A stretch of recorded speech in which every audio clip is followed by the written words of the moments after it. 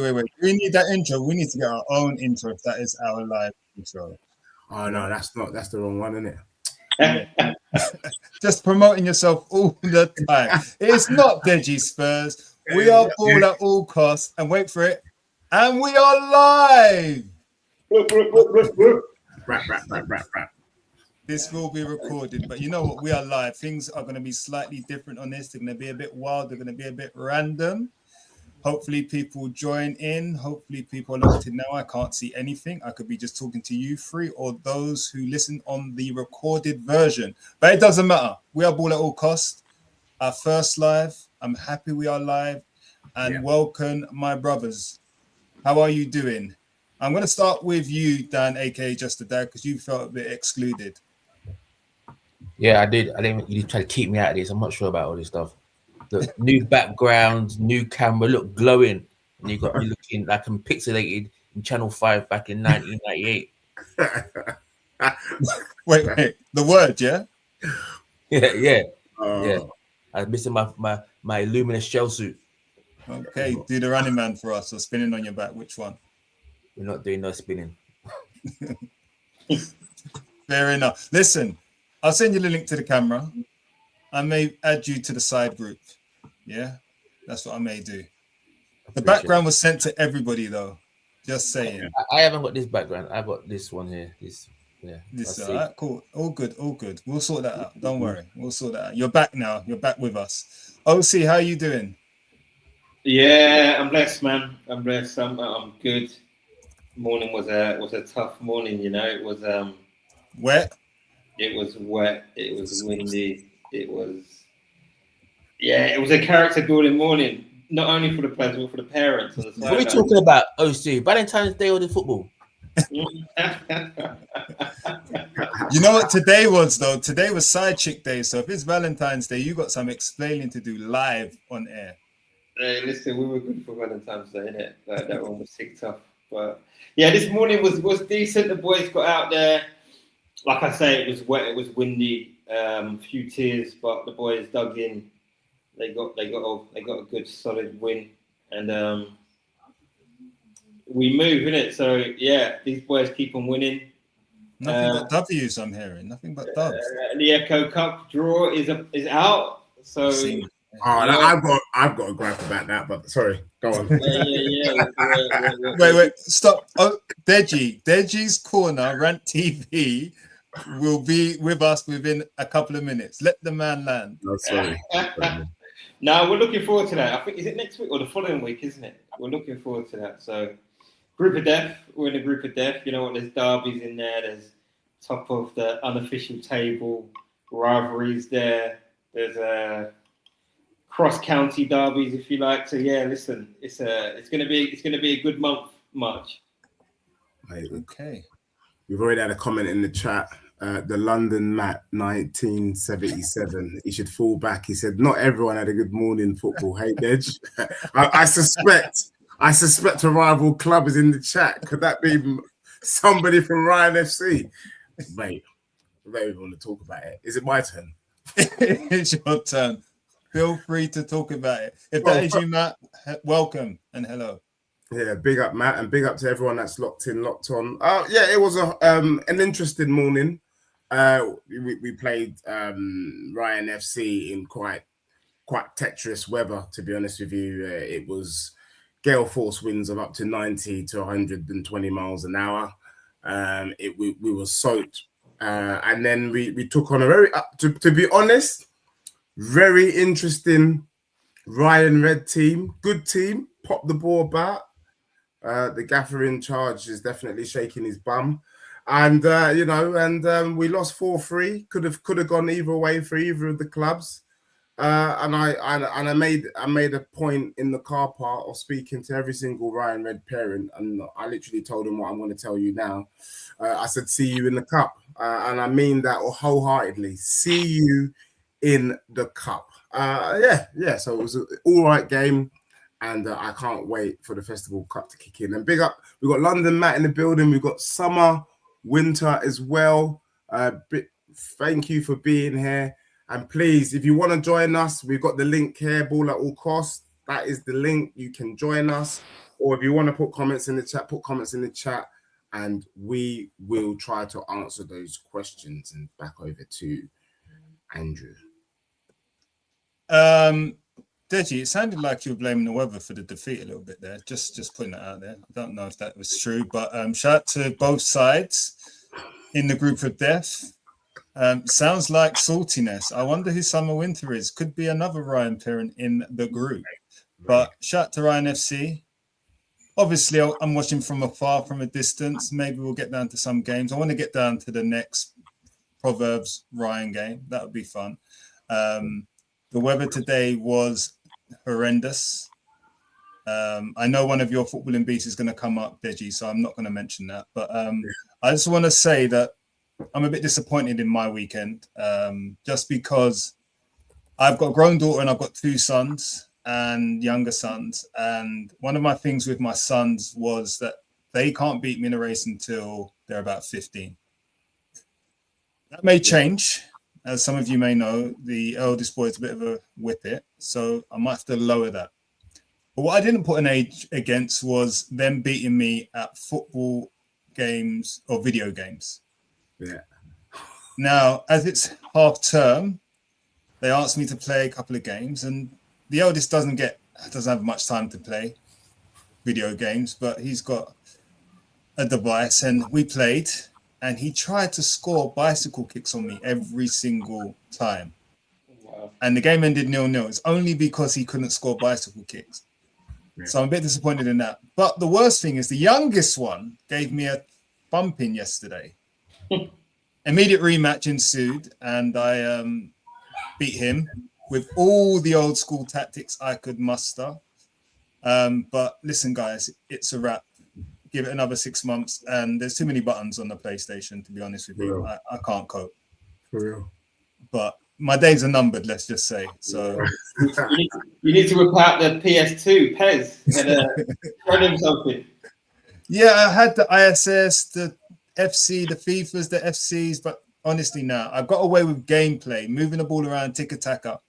Now I just can't keep up with all the skill moves and everything else. It's a wrap. So that's done. But guys, listen, if you're locked in, what am I going to ask you to do? You know it now. If you're live with us and you haven't subscribed, shame on you. Naming and shaming, shame on you. Please hit that subscribe button, that like button, that notification button, and please leave a comment. If you want to get on, you need to leave a comment in the chat. You also probably need to subscribe as well. We're being bougie like that. Members only club around here today. If you want to get on, leave a comment. We're going to have some guests for you popping through.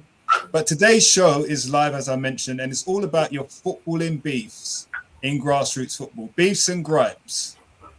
So if you have any of those, please tell us what they are now in the chat. But we're going to start with you, Deji, because today was a weather-filled day. Rain, rain, rain, and rain. I know that's one of your gripes. So is that the gripe you're bringing to the table today?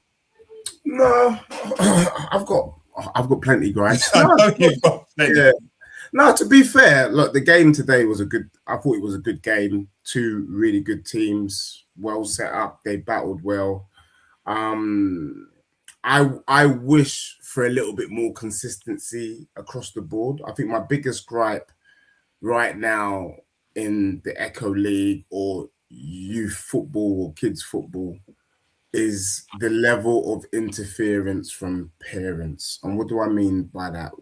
We've got parents who are linos, and I think we've got some of the most shameless parents I've ever seen in my life. Not necessarily today, but the officiating in terms of the lino is a disgrace, to be honest with you. It's nothing short of cheating. And it's been happening all season. It's been gradually getting worse from under 7 days. And of recent, the level of flagging is so bad that it's starting to interfere with the game. And I'm like, parents, remember that at this age, it's about the kids' development.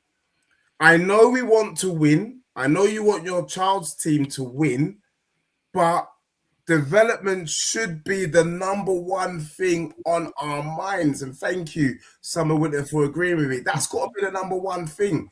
It's Matt's comment for me. Sorry. He said, the further Essex you go. Now that's a shot. Yeah. But yeah, we can talk about it. Yeah, so for me, I think there needs to be something done, because I think now it's starting to spoil games.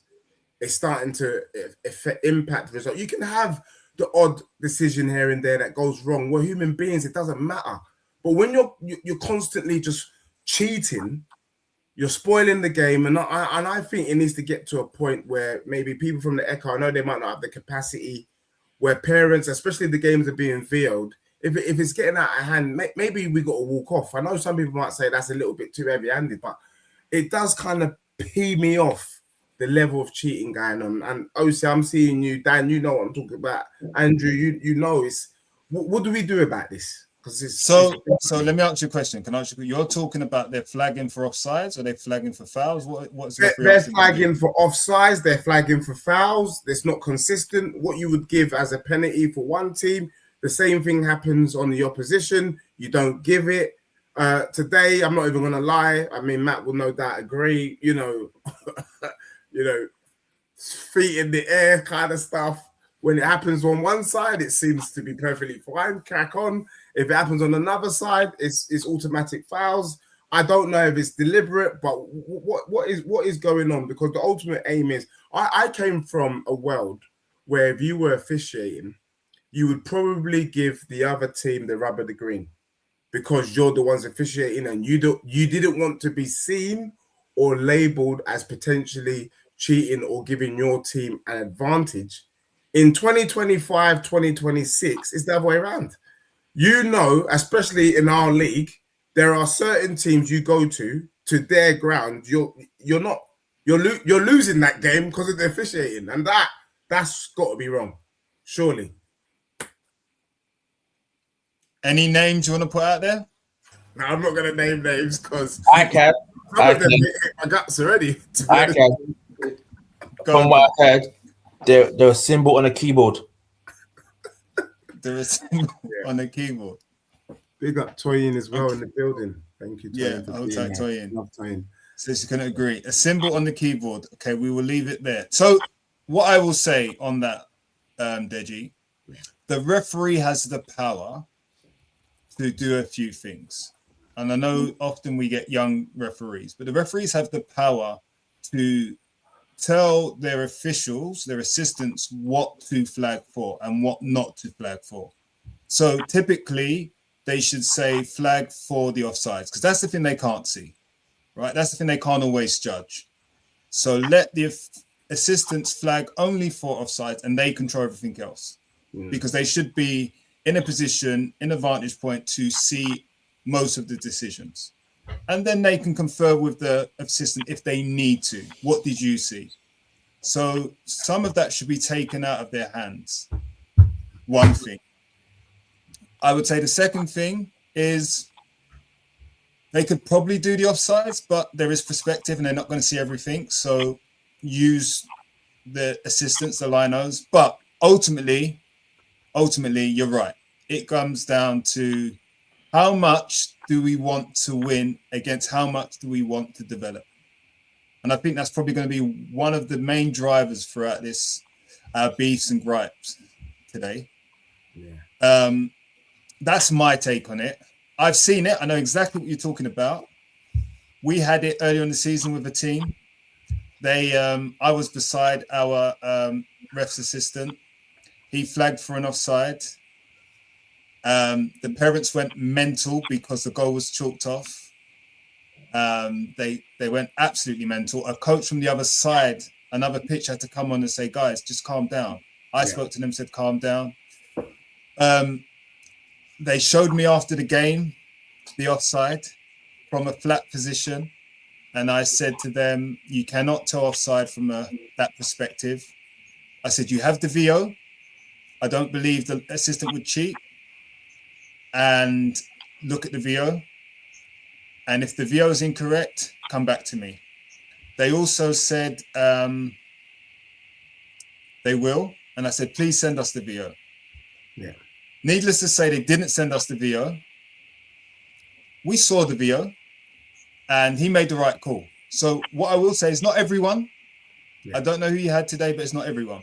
No, But- and it wasn't about today, but yeah. But I know what Yesterday. you're saying. It was yesterday. I'm gonna Was call it it yesterday? Yeah. Yesterday. Oh, call it. Oh, so the further Essex you go. Yeah, It's deep, yeah. it was yesterday. All right. Yeah. OC, do you have a take on that? The game's gone. 'Cause you're a bit that way. You're a bit Yeah, that you're way. out there. You're part of that group. Yeah, no, I'm not. And also, as you're mentioning, if I just bring up Matt's comment here as well, because I love this, and maybe you can speak to this, the fact that at Ryan they bring in independent refs, and actually that's something I didn't know, because it's all automatically assumed when teams are the home team that their ref is probably linked to that team, if that makes sense. Like they're probably a parent or a brother of someone or a sister. Do you get what I'm saying? So that's interesting. And Toyin makes the point here. The refs tend to be 9 out of 10. I would agree with Toyin here. 9 out of 10 times, it tends to be the parents or the coaches from the home team that are officiating. And I don't think that is right. And there should be something about looking at independent. For me, I feel like definitely as you start going into like niner sides and you've got the lines or the flags people. I need to be PC here, don't I? Assistants. the assistant refs, let's say. I think that there should be a rule about the referee being an independent qualified ref, because enough with the parent and like the uncle refs, because it's damaging. You know what I mean? So within Tigers, well, I'm not Tigers now, but we always used to. You were going to say we. You were saying we there for a second. Yeah. Listen, it's still there in the heart. We always had independent refs. You understand? Always had independent refs. So you couldn't level anything to say this ref's doing X, Y, and Z, because they were always neutral. And I think that if you have an independent ref, but you have parent assistant refs, then I feel like the referee might be able to get engaged in it. But say, for instance, you've got two dads or something running the line. That's when we start getting into a bit of a mockery about it. Do you understand? So I hear your pain. We're not really there yet. We're under 9, so we're not there yet with the linesman. Or what? Listen, I can't get away from that phrase. But Referee's assistant. Referee's assistants. But I remember back to when I was 9, 10, and they were doing the madness back then. Hey, you still remember that far back? Hey, listen, like, I almost got ID the other day, innit? I say almost. It was at my doorstep, innit? Someone was like, "Are you above 30?" And I'm like, "What do you mean, am I above 30?" Listen, she wanted to tell me something, so I know she was being nice about it, innit? But listen, I'm making sure my wife heard. Yeah. But yeah, I think for me, I remember there used to be fights like almost kicking off back in the day from like people like doing the madness with the flag. So I don't know if things have descended and they've got worse, or yeah. But I think that the issue is that I think a lot of the, and I don't know if it's an excuse. I think I agree with you. It should be independent, but people say, a lot of the managers say it's down to cost. And in this day and age, with the amount of costs that parents are already paying in the game, I'm not too sure whether the costing is that much of an issue, if you get what I'm saying. And I don't know if that's coming from a place of privilege, but we see people in the Echo League spend fortunes on, you know, one-to-ones and group trainings and all of the gubbins. So why can't we put a little extra in the pot to make sure that the games are officiated fairly? And the other reason why I'm saying this is, if you're flagging for offside when kids are not offside, you're actually damaging their learning. Yeah. Do you get what I'm saying? 100%. Like, it takes a village to raise a child. We want kids to be performing, all kids. It doesn't, and we want, look, every kid that gets taken from the Echo League as an example, we celebrate them. You know, it's kudos to us. But if you're flagging offsides that aren't offsides, they're not learning. Your team ain't learning as well. And it's a whole mess. And we're going to have people going into academies or playing matches as they get older who won't bloody know the rules because they've been done at it early on. Yeah, shout out to Chris though. Shout out to Chris, former guest, who makes a very good point. So right now we're in the non-competitive phase of the Echo League and other leagues, and yeah, I think what you're saying, Deji, is backing up what you're saying. So when it's non-competitive, you're only cheating yourselves, right? Really, because I know there's a ranking that goes. There's an unofficial league, and there's a ranking that the league has, and they used to put on the cup draws, but with all these groups of death recently, I'm not so sure that is actually happening. Maybe for the top team who get the home draw all the way through. But I think I agree with his comment that the referees should be independent and both teams should fork out and go halves. However, in this very competition, in the latter stages, we have requested that away from home, somewhere in Essex, I won't say where, and we were told we will get an independent referee, and we rock up, and we got a dad. And I will leave it there. I think we know what happened. And then the next game, we told the other team to make sure you get an independent referee. And the same thing happened. And that team went on to win the cup. And they did some shenanigans in the final. So it is ball at all cost when it comes to the Festival Cup. So I'm not so sure teams will agree, because unless the league make it so, it won't be something people do off their own backs or agree to. That's fair. And I just want to, again, looking at Chris's comment here about Gabriella and drawing a penalty against his own daughter at the last minute. You know, big up to you for even doing that. And that's what I'm talking about. We come from a culture, or we came from an age where you're more likely to go against your child than to give him favour. And so respect to you for doing that. And also, I would say in today's game, you know, I wouldn't even want a parent to be in a situation where I remember speaking to a parent in my team who was saying, and he was at Ryan and he was talking about he didn't give his son was fouled in the box. And because it was his son and he was reffing, he didn't give the pen. And we shouldn't have to be in a situation like that.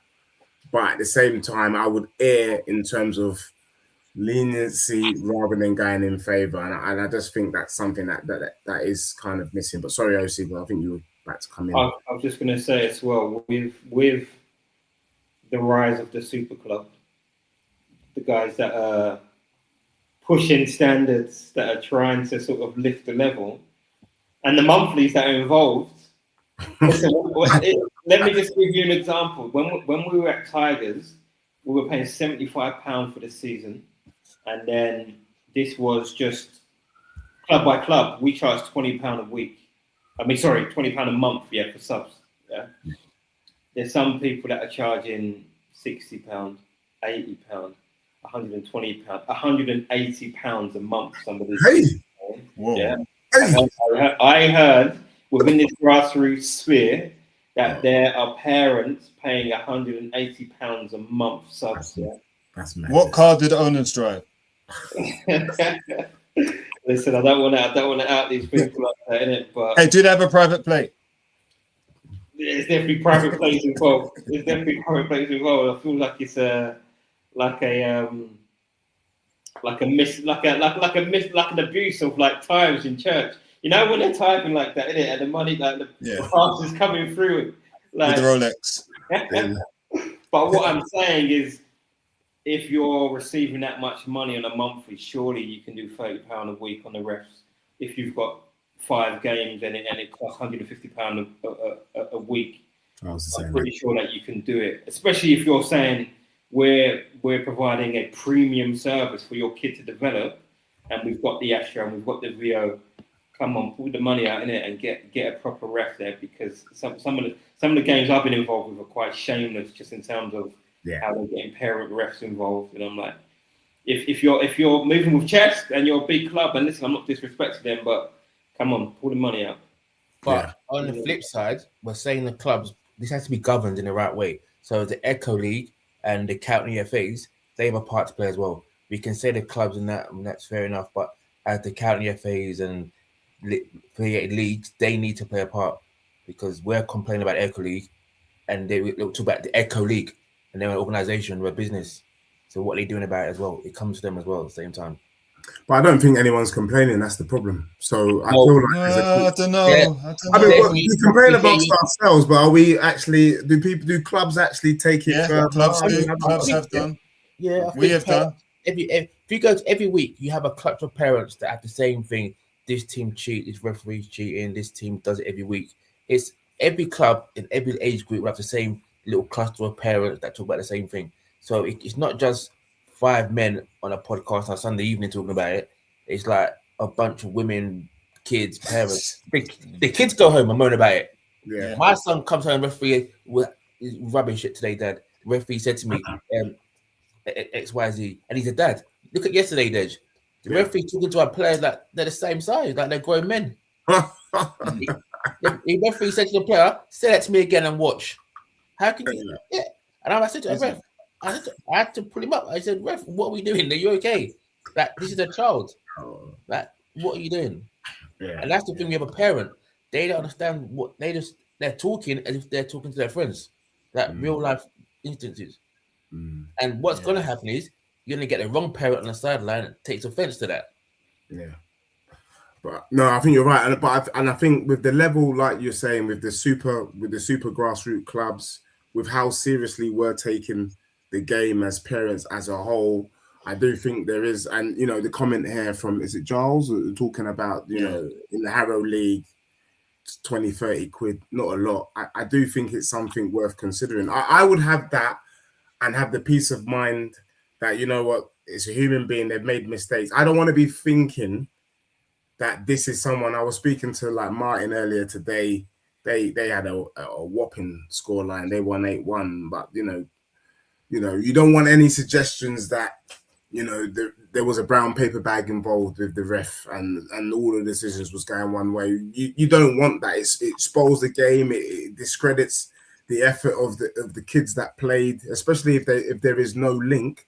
So, you know, I do think it's something personally I would love to push for, but it's been my biggest gripe this season. I mean, I did enjoy today's game. It is going to be feisty. Parents will shout and such like, but I do think there's something about trying to make the games more fair, you know, and so that it doesn't, like a comment from Giles again, so it doesn't start to build resentment in the division and we start to label certain teams a certain way. Do you know what I mean?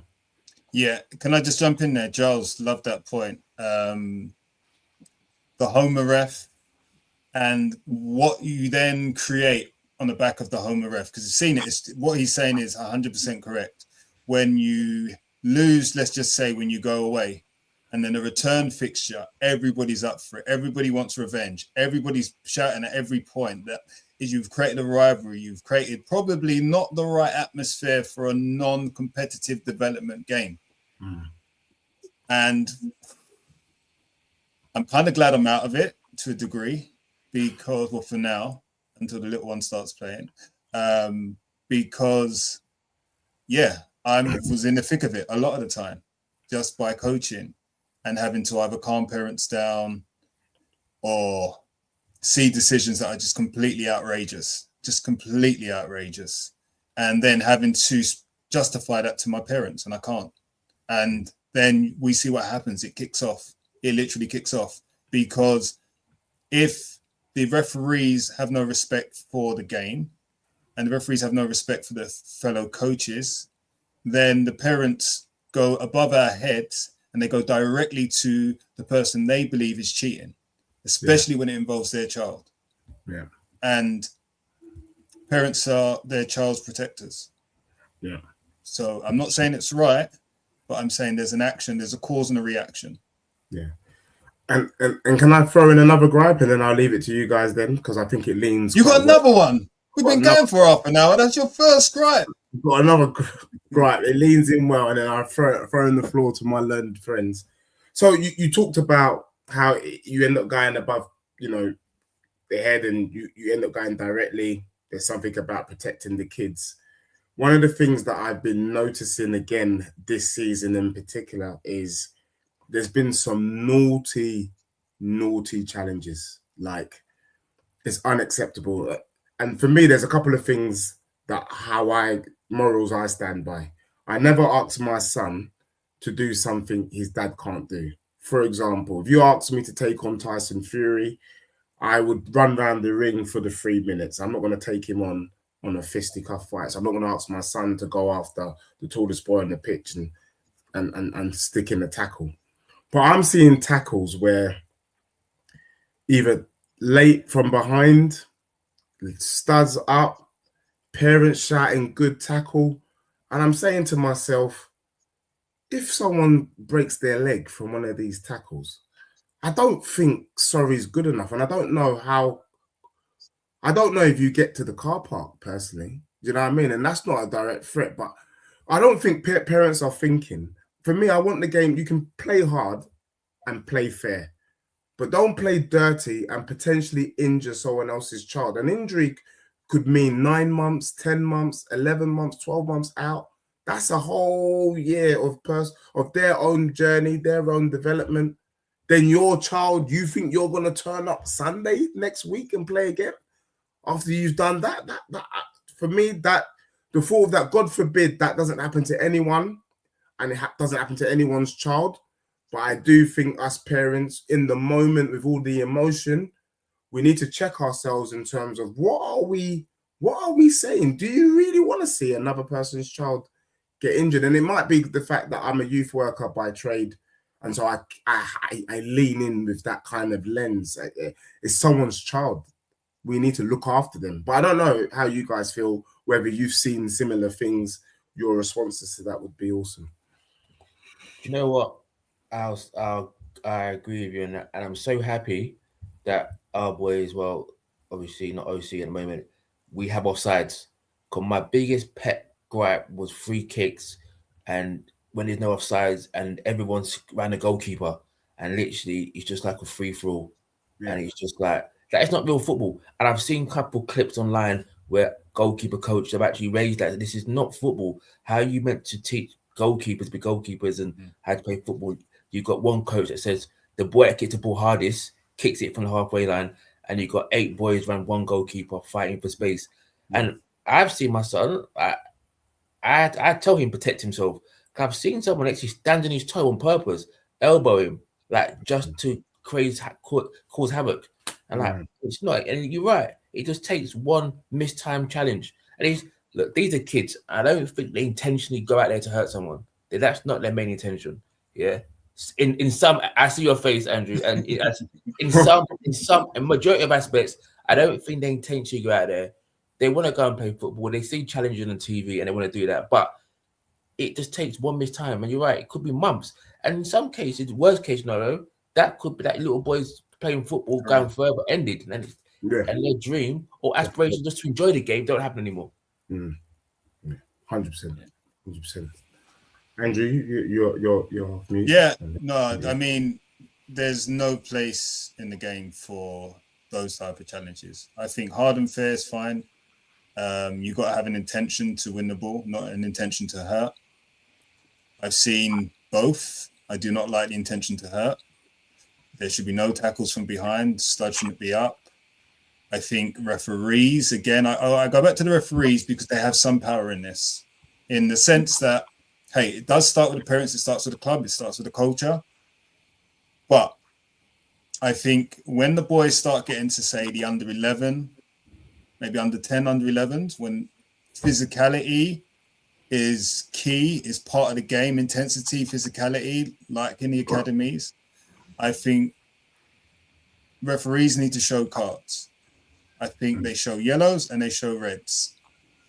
If they do that, that player leaves the field.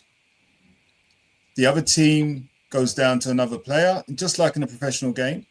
And that will eradicate a lot of that behavior because coaches will be onto them, parents will be onto them, teammates will be onto teammates. I wish our teammates were onto Romero as much. Sorry, I mentioned the club. When you get sent off for no reason, ridiculously, it impacts your team. And that's what should happen more. Referees need to be braver. You're not going to get if you've got a home referee. This is why you need referees to have no affiliation, no ties. They see what they see. If it's a yellow, it's a yellow. If it's a red, it's a red. Dogso, I'm not so sure that should be a red, but depending on the age group. But dirty challenges with the intent to hurt, send them off. Yeah, I agree. And I think sometimes, obviously, I feel like because I do feel like the kids play with that thought that they can't be sent off. And I think even when you look at some of the opposition managers or the managers in the league, I don't think they believe kids could be carded. You know what I mean? I heard someone was sin binned the other day and people were surprised that the child was actually sin binned. But obviously, you know, TR base 1988 as well. Could you also comment on that OC as well and bring it in with what Yeah, you know what? This comment here, a lot of it is driven by conversations happening in the car. You know what? You hear it and you see it, and you know what it is? It comes back to parents and coaches wanting to win, like win at all costs, all at all costs, and also, yeah, they want their kids to stand out the most. Do you understand? Because for me, the under 9, the under 11, the grassroots, it's not life or death. You understand? It's not life or death, and I feel like there's probably a lot of like malice and like ill will. You know, like I've been involved in one or two comments like this particular season about kids, which have been a little bit untoward, and I've also heard things like as you're coming across the field, and I feel like for me, parents need to really like step back and just understand, question themselves, understand what example that they're setting out for kids, because it's just got to a point now where, for me, listen, we won 4-2 today. We win often, but if I see another kid that's balling out, or if I see another kid that's scored well, listen, hands together. Do you understand? We're praising and that type of thing. But you've got parents that they don't like to see other people winning. Do you understand? They don't like to see other kids shine. And because of that, this now leads into conversations where you're getting into kids' heads. Do you understand? And like kids are basically carrying out actions that their parents will want them to, because like the comment said above, I don't think another child really dislikes another one to justify some of the tackles. But because there's so much conversations taking place in the car before and after, it spills onto the pitch. And like that isn't, listen, kids there, first and foremost, they're there to enjoy themselves. They want to improve. They want to compete. They want to be in that environment. But listen, like sometimes it just goes below the belt is what I would say. So yeah, do you know what? It needs a reflection. And also, like you said, there was a tackle today. Was it the worst tackle in the world? Like, it was from behind. The guy was going towards goal, and like it wasn't called for. Yeah, it wasn't called for. Yeah, gave a free kick. But for me, I don't care if they're 8, 9 years old. Like they need to understand that's not right. Pull out the yellow card. Pull out the red card. Yeah, because that like, if you're not using the rules and officiating within the rules, then it's just anything goes type thing, isn't it? So for me, it is something that needs to be addressed, like 100%. Yeah. I agree. My son got sent off. Remember that, Dan? Yeah, he left us in the lurch, reckless challenges. No, that was harsh. Young, he was super young. But do you know what? If that's what the referee saw. But I do think there was some bias there. But do you know what? Apply the letter of the law the way you see it. I wanted to ask a question before I go into my gripe, or one of my gripes. The car conversation, talking about another child. Is that something that we think's okay or not okay? As in talking about an opposition player with your son. If they do this, do that, or should we just let them play the game? Is that something you guys have done? I've done it. I do it. Like if I know, for example, if they've got a game against a team and they've got really good attacking players or an individual that like we know likes to shoot from distance, that I'll tell Kay, look, we know what's going to happen. Yeah, we know what they're about. Like, be prepared. Yeah, and I guess he doesn't get into much physical battles because of where he plays on the pitch. So in that essence, it's not a big thing in those conversations. Our conversations about just be aware of what could happen during the game.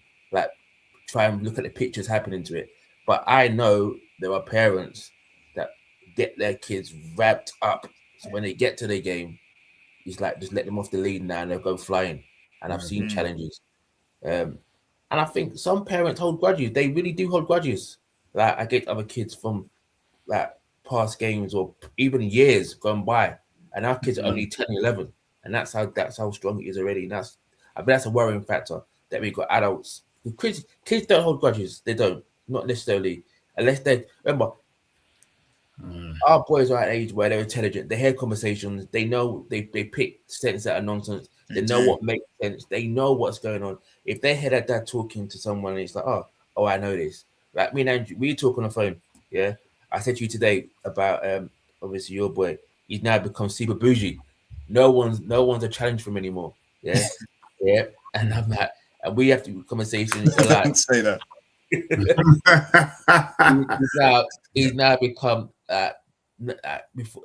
I know I love. He's my boy. Yeah, I love him. And then, but when I listen to him now, I think that's an air of confidence and arrogance in the new environment that he's brought out of him even more so. I think it's always been there, but now he plays in that elite environment, and he sees weekly now what it's like to be there. And I guess to be the best, you have that. You need the arrogance. You need it. That. You do need it. He needs that. He can't just be just being like he told me today. So the company told me on the phone earlier today about new friendships, and he wasn't really feeling it. Yeah, yeah. But that's because of, and that's not a grudge. That's just of history of battles that individual player back in the day. Yeah. Do you know what? On that question, maybe it's different. Like 2 years, the boys think slightly different. There's a bit more thought. They're just mature in it, like mentally. So maybe they might be knowing that they're up against a wing or a defender, and you might give a bit of information. But from when I've been coaching, and now that I'm not, I never speak to my boy about you might be coming up against X, Y, Z. It's just about him. I might go out there and do your thing, basically. But yeah, because you don't really need to be filling them on with too much information about that. I mean, let them go out and play and feel the game. You know what I mean? But for me, that's a no. But listen, when they're under 11, under 13, under 15, it might be a different story. Yeah, I'll tell you this, OC. There's mind games at under 11. There are mind games. What Dan's talking about there that happened today, I think that was a subtle. You know, when you try to unbalance somebody, you're trying to create a full sense of security. That's what this child did today, and I think in a nice way. I'm not saying it was horrible. It was just something he tried because it was a tough battle, which I think he came out on the wrong side of, in a footballing sense. The last time they met each other. So I think he tried to change the narrative to create a different outcome. And I say that because a similar situation happened probably last month when he played another boy who he played before, but in the elite setting this time. And this boy comes up to you and speaks to you and says, how are you doing? How's your day been? How's your week been? And tries to lull them into a full sense of security, then kicks them up in the air. And you're like confused because now you've gone easy. But 11-year-olds think a little bit like that, but I think that comes from the parents. I think the tone's set before the game in the car to the points that we've been saying. But I do speak to my son sometimes and say, remember you're playing so-and-so. Remember what they're about. This is what you can do, or you know what you need to do. And when I say you know what you need to do, I don't mean kick him in the air or anything like that. I mean how you defend him, how you manage the situation, what you can do in order to win. Yeah. Or to be successful. So I just wanted to ask that question because, OC, you don't do that yet, but let's speak in 2 years' time. But again, I think even as coaching, like for yesterday, for example, you have to give boys information during the games. Like, Yeah. if Yeah. someone's struggling in a game, like if you're a lifeguard and someone's swimming, you don't let them drown. You're gonna throw something out there to help them. So I think it comes on the other side of maybe coaching and helping give information. So my thing was as well, is it coaching or commentating? Yeah. I tend not to do so much coaching vocally as the game's happening. I think then it's too much as OCs, it's too much information. Then you're not making the boys make their own decisions. Like in the between the if it's a JPL, you get the breaks in between each quarter. That's different. But I think you need to let the boys try and work it out for themselves. Yeah. If they're playing against a wing that's really good, like eventually they have to work out for themselves. You can't give them all the answers.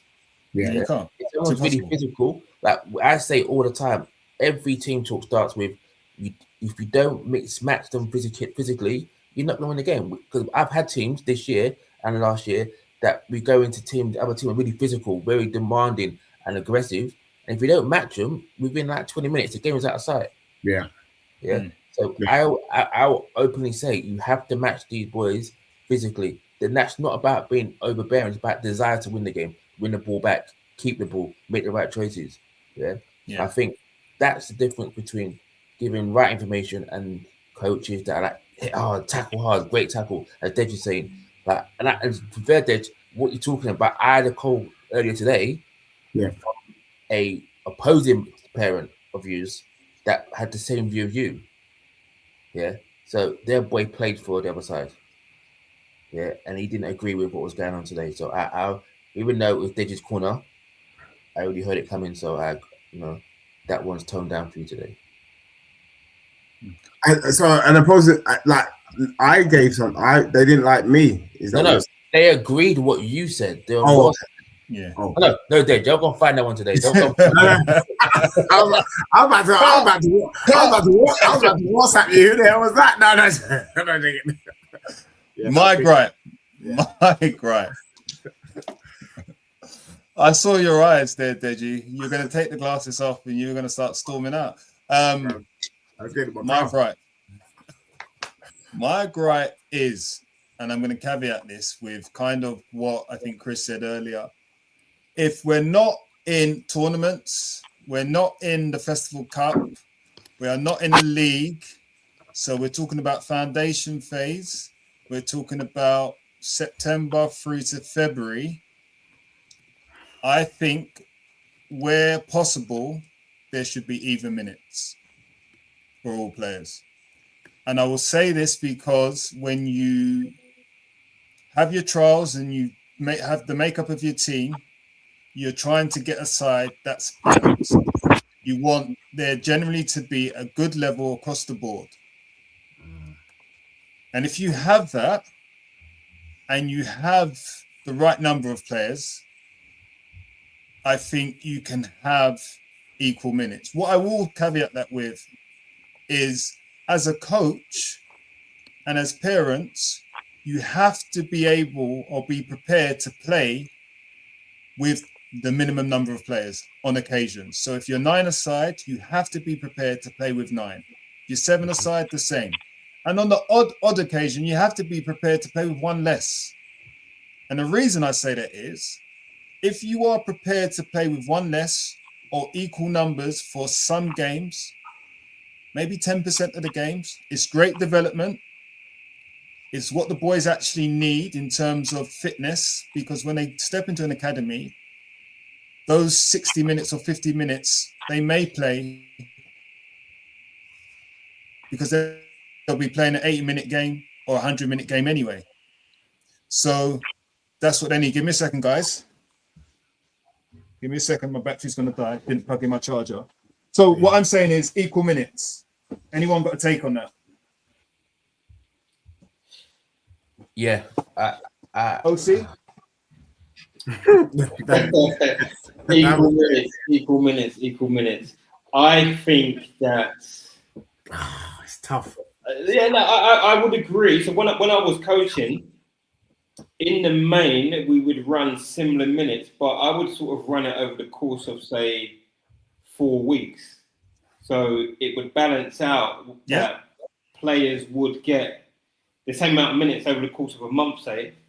But within a game, back that somebody might get 27 minutes, someone might get 22 minutes, something like that. But it would never be like really, really like diverse where somebody's playing 10 and the other person's playing 40 minutes. I don't think it's right for any kid to wake up in the morning and be on the side for that long. Like I say, the game isn't about winning and losing; it's about development.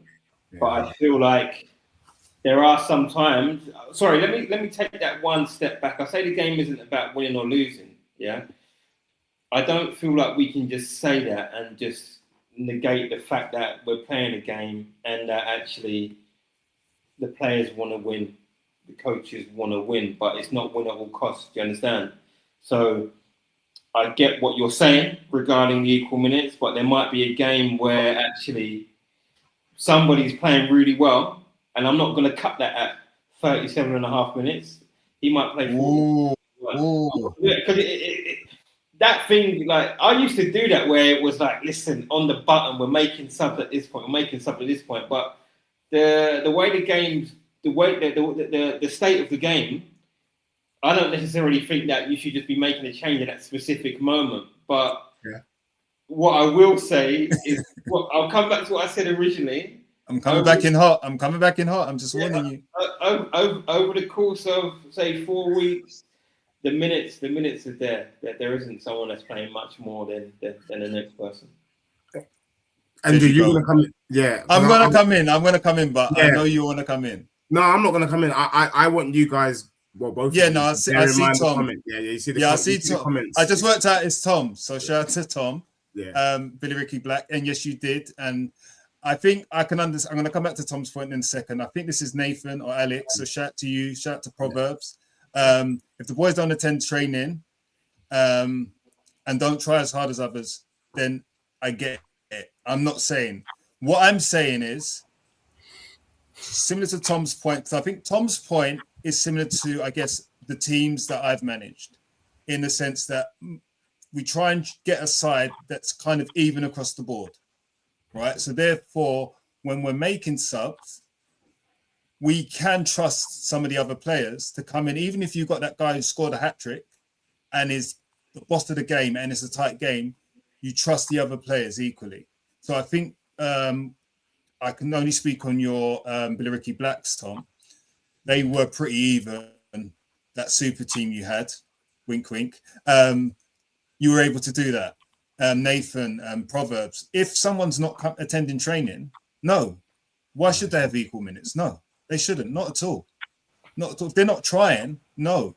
I'm trying to say on an even basis, if you've got your team and you've chosen this team at the start of the season, everyone's attending, everyone's doing what they need to do.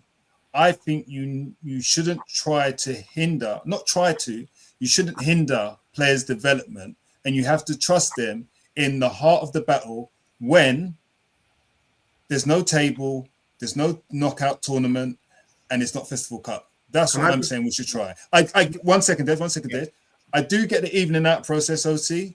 And if that works and parents are happy with it and you can put an arm around somebody's shoulder if they get less minutes because of the game state, I do get that. But I think as a whole, 90% of the time, we've got to try for equal playing time for development.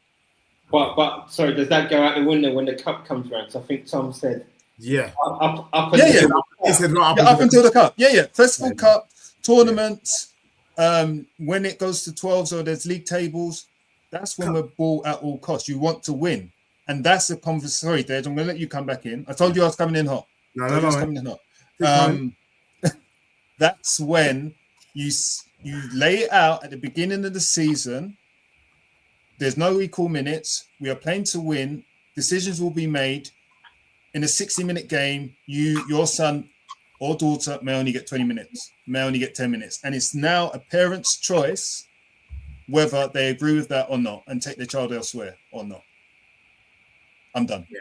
No, thank you. I just want to quickly pick up on Summer Winter's point. I had a conversation about this today in the JPL with another parent.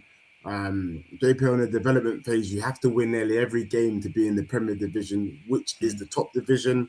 And not every player is of the same ability. So a lot of teams just field their best players majority of the game. So that so that come the cup games, they have qualified or eligible to be placed in the Premier Division. And I was going to touch on that because I was going to say, like, is there something about maybe us parents having more of a role in this ourselves? So too often I find that parents are leaving a lot of the decision making to the coaches.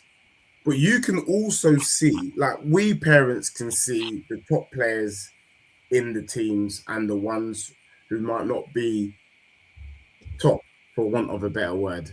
And is there an argument that if you're playing in the top divisions, it kind of comes with the territory that because of the pressure, it's more likely to be at a feeder club. It's going to come with that level of bias where the best players will get more minutes. Whereas if you go to a couple of divisions down, it's more probably family run. It's probably a parent involved. Is there something about saying, you know what, you should know where your child is within that team? Because sometimes I do think it's not always fair if there's a big gap between maybe top level Argentina and then maybe you've got a couple of players that are maybe, I don't know, Brazil, Croatia, Denmark as an example. So that's division championship, League 1, League 2 for those who don't understand the divisions in the Echo League. Is there an argument then that maybe they should be dropped? Because a lot of teams are doing that now, where I'm hearing that parents have been told by some of the big clubs, your child's not good enough, and then they've been ushered out. But I'm just throwing that in the I think, yeah, and I'm stand by this. Like, some of these clubs oversubscribe the amount of boys they have, yeah. So that becomes an issue, and then, as you said, there is a gap. There is a gap between the boys that are at a certain level and the bottom group of those boys that then struggle to get in the teams. And because the parents are there and it's like family run, they're playing, they're getting minutes because they feel they have to. But I think it's a detriment on the other teams and the players around them that they get taken off because to make time for other players. Because there's too many boys in squads. If you have a 9-a-side team and you're taking 15 boys to a game, it doesn't work. It can't work. And some of these clubs have 15 boys, and that's not about development of football. I'm going to say what it is. It's about money. I'm going to say that's what it is, and I'm going to call it what it is. And whoever listening, those not watching, are going to hear it. That's what I'm saying, and that's what I'm saying hand on heart. It's not about development of boys. It's about your pockets. Yeah, you can't develop a whole team of 9-a-side boys with 15 boys. You got 6 subs in an hour game. It doesn't make no sense. It doesn't work. Yeah. I will say though, last year where Kalen played, if boys didn't attend training or didn't perform in about a week or games, this coaching structure were quite clear that you just don't play. Yeah. You have to work yourself back into that playing squad. And it is harsh if you're 10 years old. Yeah, but the parents sign up for it and they know from the get-go that's what it is. If your boy doesn't perform, doesn't attend, or is not doing well, he has to work his way into it. And I think it's a hard lesson to learn, but a lesson that it put to boys in for the rest of their life, like going forward, around in general life as well. If you don't work hard or don't perform, there's going to be a consequence for that. Mm-hmm. Yeah. Andrew, I know you saw those 2 comments there as well. But yeah. I was just going to say, to your point, Dan, that's why I said teams have to be prepared to play with minimum numbers, because don't sign X number of players either for financial gain or just to ensure that you never play with the minimum numbers. I remember an under-18 playing a year up that actually played with the minimum numbers all the way through the season and were one of the best teams in the division. I remember them. Right. Yes, they were all pre-academy boys, but they weren't signed boys. The comments are coming in thick and fast. If players can't get to training or can't make training due to academy commitments, I think they're committed to football. They have an opportunity. They need to attend that opportunity. They are training. They are getting elite training they deserve, and they should be considered in the same breath as the other boys, without question. So it is not their fault that they can't attend training. So they should be considered. With players not being able to get to training because parents can't get them there, I think it's a discretional basis. I think if it's a one-off, then that's fine. If circumstances have changed, we need to have a conversation. Conversation needs to be had with coaching staff, see what can be done. But no, if a player constantly can't attend and there's no communication, then but they can attend matches. That's not what you signed up for. That's not what we signed up for. Yeah. So I don't think that's fair on the team and on the other players. What's this 100% not equal minutes with kids not try and agree? I saw Matt's question about signed boys playing in the Festival Cup. Can that actually happen? Is that happening? I know it happened in pre-academy. It's a rumor. This year. It's a rumor. I've got a feeling it's going to happen in Echo League this year. Oh, what boys that are going to be released, do we think? No. That are already signed, to the Grassroots Echo League team already, right? And they're going to get, when those results are not working out as they want them to, they'll be drafted in on availability. I can already see it happening. Is this Hell no. What? Not Cat 1? Yeah. Is this Cat 3? No. Well, to answer the question from me, hell no. Hell no. If you're signed, you're signed. That's it. But there are boys that are currently signed to. This is not Echo, to a JPL side. Yeah, that are signed boys already at Cat 1 side. But we're saying JPL, or we saying Festival Cup? I'm saying Festival Cup. But it works both ways. They're going to play across the board. Remember, there's nothing to say they can't play grassroots football. It's more or less encouraged now because some of these academy teams are stuck with so many boys. They've got to give minutes somewhere, isn't it?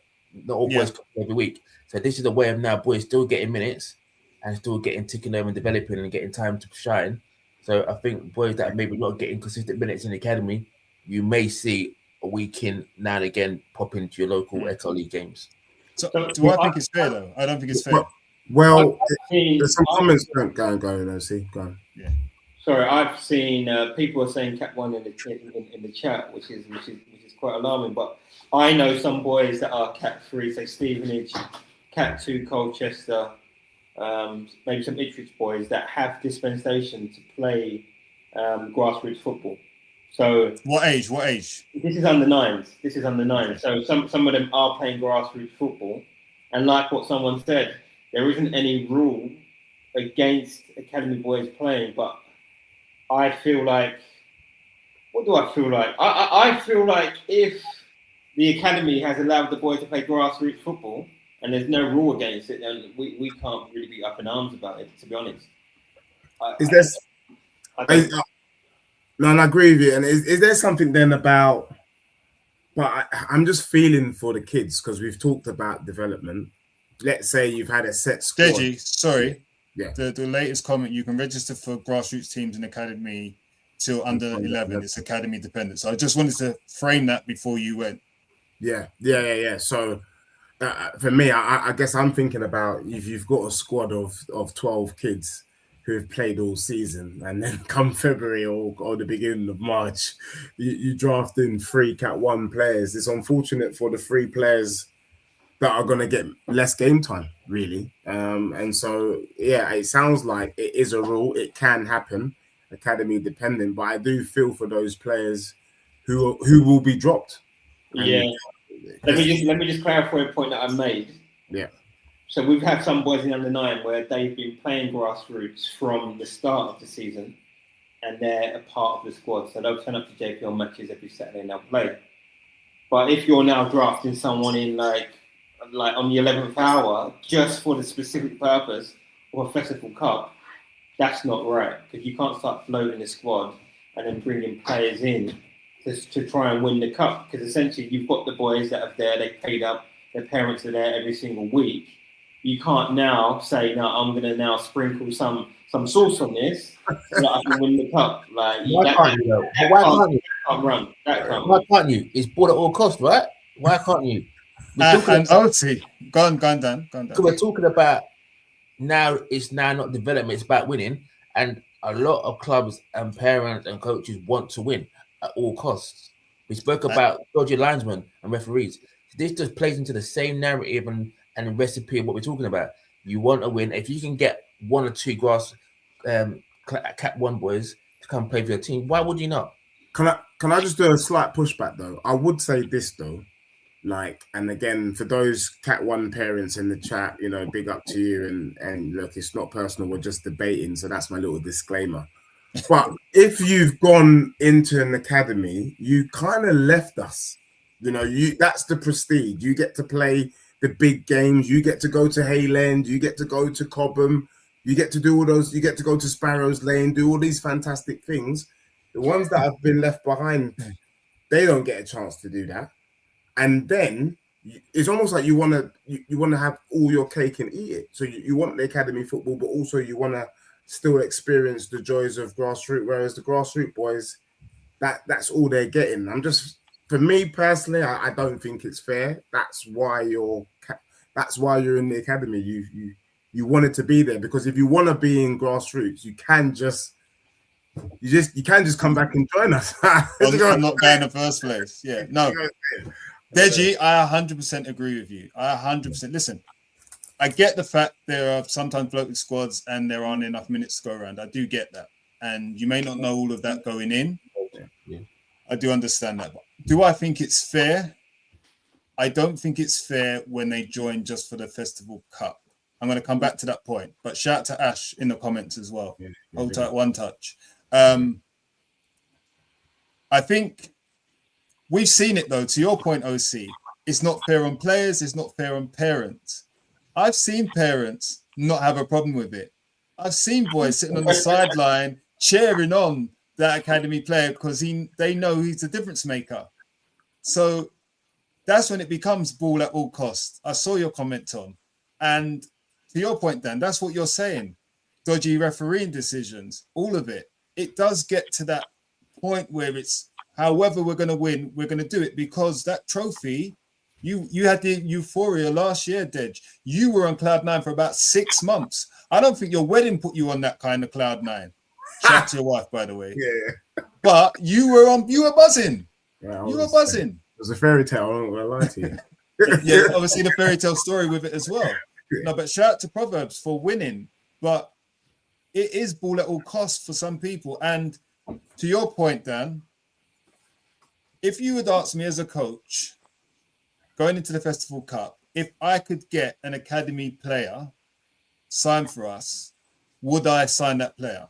Hand on heart, I would say no. I wouldn't. I'll be comfortable with the boys I've got. Been in a fortunate position at the club I was at. However, ask me the question, if I heard that, I'm going to name names, Levels, Billericay, Proverbs, Hannekins had signed academy players, would I not sign an academy player? That's a different question. The playing field has changed. I would like to say I wouldn't, but I can't hand on heart sit here and say that I wouldn't, knowing that others have signed academy players. So you I would. don't think it's right. Would you? You're going, Dan, because I was going to ask Andrew. So you would then, Andrew. So the base of the answer is you would. If I knew others were doing it and I had an opportunity to, I would consider it, yes. Then you would. If you can't beat them, mate. You would. We all would. Yeah, like but, you said, okay, hold on. You're saying I would. You've been a parent in my team, right? And you know X, Y, and Z have signed these players, and you turn around and say to me, X or Z's available, and I said to you, no, I'm not signing them. You'd respect me, but you wouldn't like it. Yeah, but what my thing is, you said the playing field now changed across the board. If it's one team, you got whatever. If you have a collective team doing it, the field is not level anymore, and you think, well, to level it out, maybe that's what I need to do. Yeah, but it is what it is. Like, I think that this is gonna be back and forth. Some will say yes, some will say no. I want to say ball at all cost, and you have at this stage of the time of the season, you win. It's about winning now. This is about winning. It's not about. It's not about as a good friend Ade, who the bandit does. He would say it's not happy clappy time. It's time to win. Hip hooray! And I just think, if Toyin, if you're still there, the way that this reads, you said it's the teams though. Also, they want to win at all costs. Is it right to assume that you feel that maybe grassroots teams in the main, because of this win at all cost mentality, do you feel that they're letting the kids down? That's a question to Toyin in the chat if you're still there, because the way that reads to me, it feels like maybe a lot of these grassroots teams are letting down the kids. Then, if we're allowing all of these things to happen, and I throw that to my learned friends on the panel. Would you agree with that statement? Listen, reputation is everything. Reputation gets you players. Reputation gets you scouts through the door, which gets you more players, which gets you more subs, which gets you better reputation, which gets you accolades as a great coach. Reputation is everything in grassroots football. I've seen the lowest of low behaviors to win football games. And would I imagine this person would act like that every day of the week? Probably not. When it comes to grassroots football and their club winning, their son getting to go to a final where there are more scouts, more opportunity, happens every week. And Dej, I reckon if you, I don't know if it's Alex or Nathan here, if you ask them the amount of attention they got after you got won, that players wanted to come to play with Proverbs. Prior to that, it just tells you the cost of the price of winning or the success of winning the trophy, what it does for you. More players that you now have. You went from one team to two teams, and you probably could have had a third team if we had the capacity to do so, based on not because of the name Proverbs, because your success story is that you won the league, you won the cup, so people will be part of that. Nath, if you're still there and you have an opportunity to join us on that, if you know, I'm going to put the link in the chat.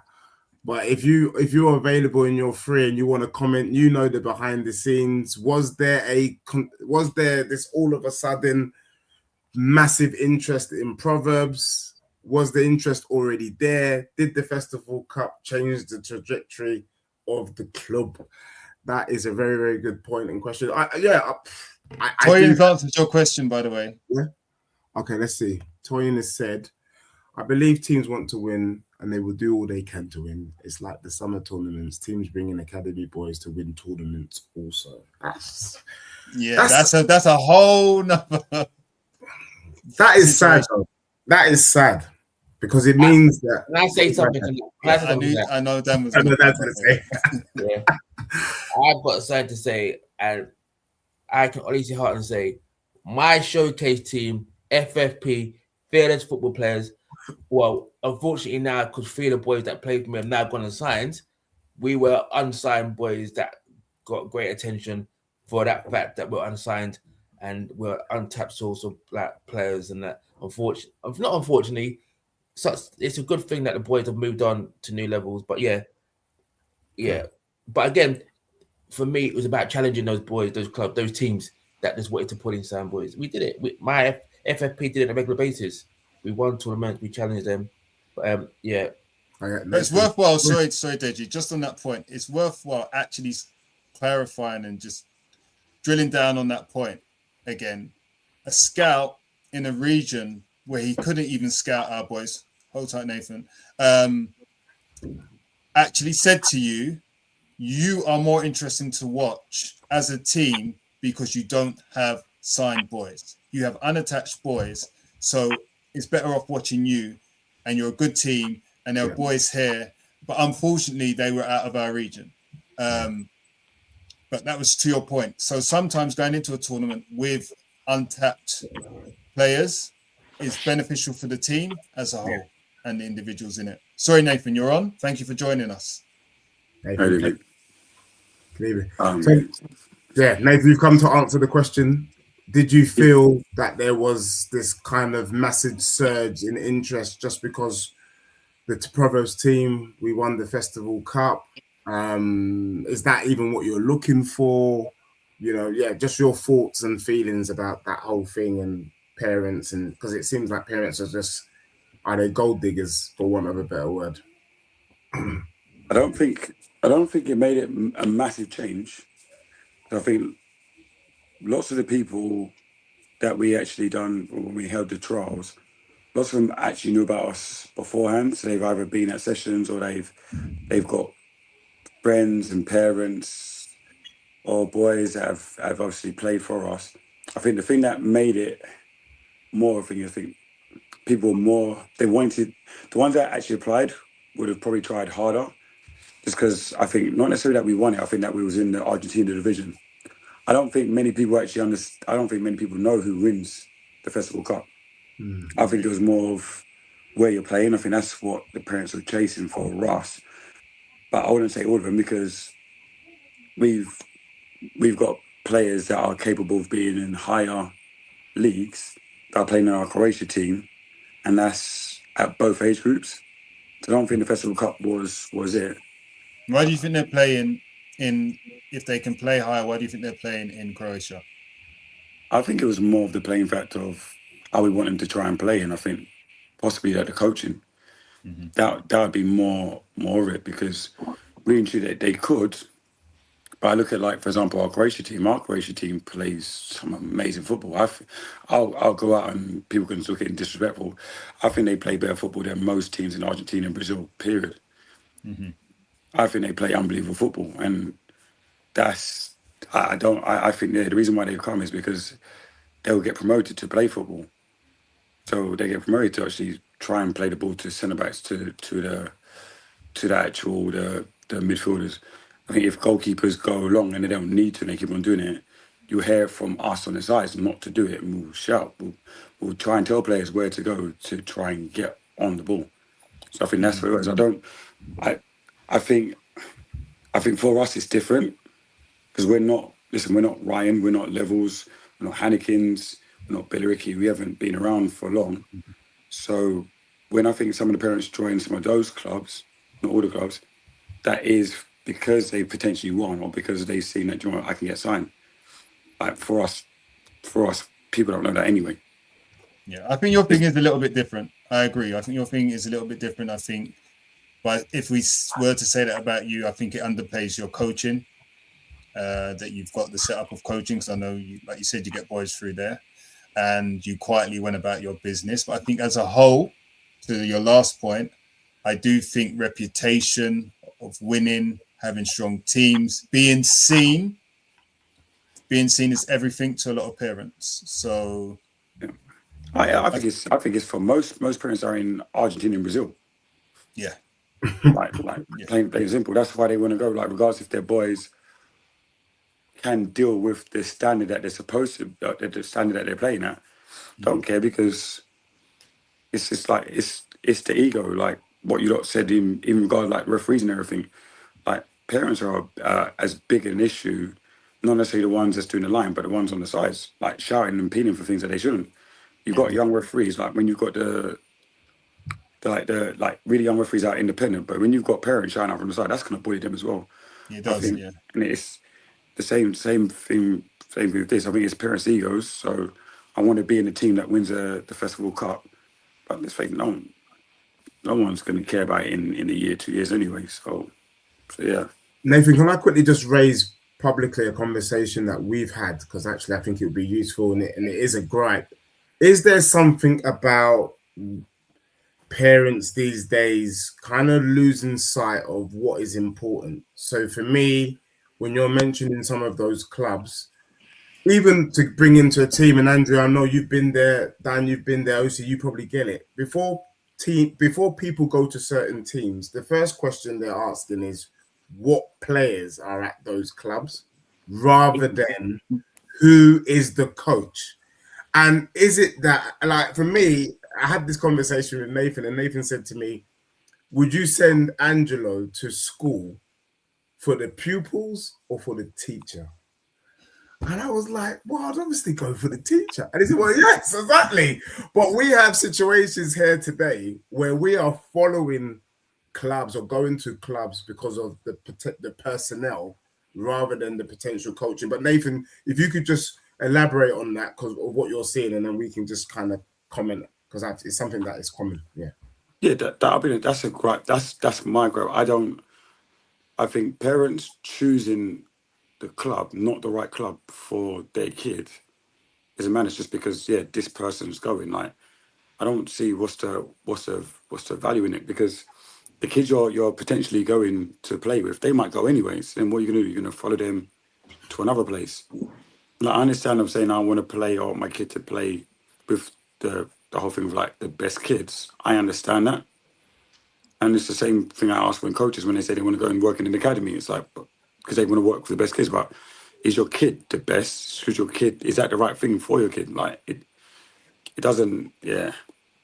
Like my thing, like when we done our trials, we didn't tell anyone who was joining. I know people asked me, myself, we didn't do anything. We made our calls straight, like all in one order. This is who's basically joining. We didn't discuss it. Parents, listen, this person's coming, this person's coming. Our thing was, if you want to be with us, you be with us. If you don't want to be with us, you don't have to. That's how we run our things. But yeah, like it's a madness, and a good club doesn't mean it's the best club for everyone. Like even with us, like doesn't mean like our club is the best for every single kid. The way we might coach might not be the right thing for certain kids. Even like the things like the numbers, like some clubs with 15, 16 players, that might actually be the best thing for one kid, because that kid needs to be absolutely motivated. They need to have pressure on them all the time. If they don't have pressure, they're actually down tools. So that's another way of looking at it, because you can say like people develop by playing, but you develop as well sometimes by pressure, because that's what all of us had when we was younger. Even if there wasn't a lot of subs, like coaches were different then. There was no thing of equal minutes. If you didn't play right, you were sitting on the bench. You were sitting on the bench for a whole game. And then you had two ways of doing it. It's either, listen, I'll cry, I'll leave, or I'm going to be determined myself, and I'm actually going to try and get myself to a level that I'm starting. And that was even at under 10s, 11, 12s, there was no fair game. No, been there. Yeah, agree. So it's just sort of, it just depends on what you're looking for. Yeah. Very true. Listen, the comments are sending me. I'm reading some of these comments whilst you're speaking, and they're sending me. Some, I think we've moved on from the time players, so thank you for the question. But I think we've moved on. Yeah. Alex, thank you for joining and your comments as well. I saw Tom's comment about the GOAT has arrived. That's you, Nathan. Doesn't like the accolades, but you get them a lot. Deji's been going on about you since I met Deji, to be honest. So all good. Parents are the worst thing happening to football nowadays. Parents even more toxic at academy level, talking their kids into a toxic competition where they won't even make friends. And it's funny, I think I spoke to Dan about this earlier today. It's a very tricky situation when you start going down that route with your child. It's a bit like the conversations earlier about kicking someone. Ultimately, sometimes you just got to let kids be kids. And if you're going into a team, you hope there are no bad eggs in the team, and they should make friends with who they would naturally make friends with, and just crack on. If there's some red flags, then fine. But for me, letting them be kids. Like if you're stopping them being kids just because it's academy football, then I think there's something wrong there. I just want to bring in this comment. This has been directed at Nathan. It says, yes, Nath, but they jump the fence so quick, and often the kids fall out of football. Changing clubs just for the W will affect the players long term. You want Nathan to comment? Yeah. No, I agree. You see a lot, but you can't tell people anything they don't want to hear. Like that's it. You can help people, or you can try and give your advice. It might be right, it might be wrong, but yeah, like people when they jump, I think it's mad. It does affect the kids longer term. And I'm not saying you have to stay at the same club all the time. I'm not saying, but I just think you should think. It's the same as if, like, I always treat it as like school. If the school's actually not right, if they're not teaching your kids things properly, then you make sure I'm homeschooling, or I'm taking my kid out of school because it's actually not right for my kids long term. You wouldn't say, okay, I'm just doing it for this year. So yeah. Yeah. And sorry, Nathan, I love the comment about school, the analogy about school.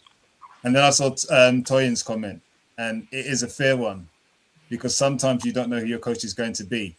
And I know, Dan, I'm looking at you.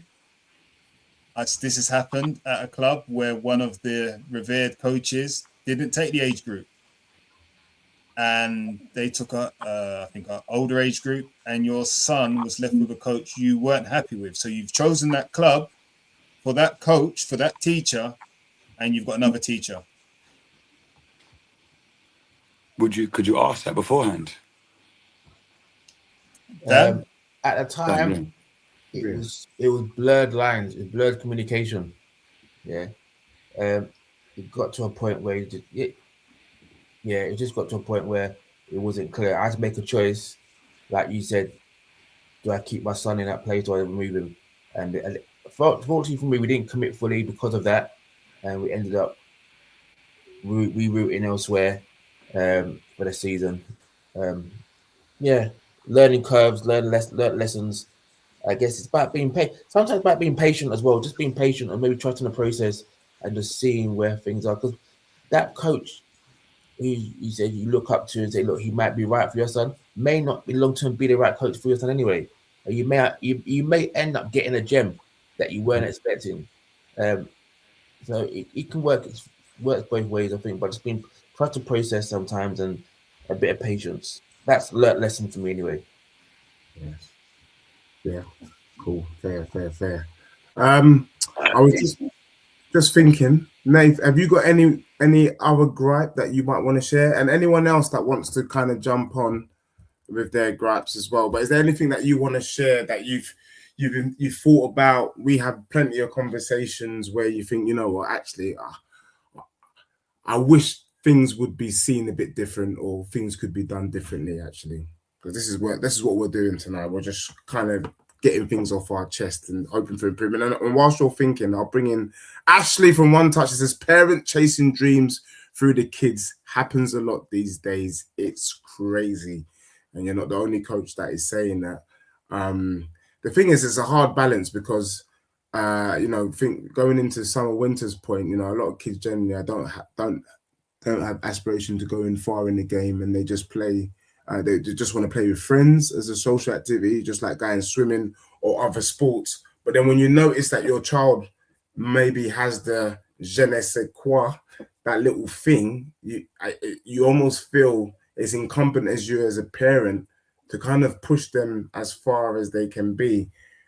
But Nathan, is there something about that as well? Maybe I'm throwing that to you, but I'm also throwing that to OC, because as coaches, how does one balance that kind of situation? Because we can all just let them play for fun, but if you see that there's a player there, it kind of shifts from being fun to quite serious quite quickly. And I don't want people to kind of pretend if you're in a top team, that's what comes with the territory. If you're with a team that is kind of like what I call a family team, do you know what I mean? Everyone's all happy, they're not that bothered, then I think you can have fun there.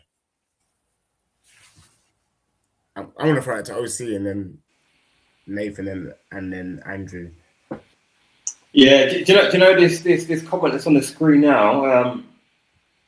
I don't know these people. Like, I don't know these people. Like, ever since I've been in this game, the kids' game since under 6, it's all been about ball at all costs. My kid's gonna be. OC, sorry. Yeah. Let's give that some context, because I know exactly what you meant. I knew exactly what you meant. So you've been in this game since 6 years old, for the kids 6-year-old. What league was that? Argentina? Yeah, so they came straight into Argentina, which is Div 1. In Echo. In the Echo League, that's correct. So my experience with kids football has always been at the highest level.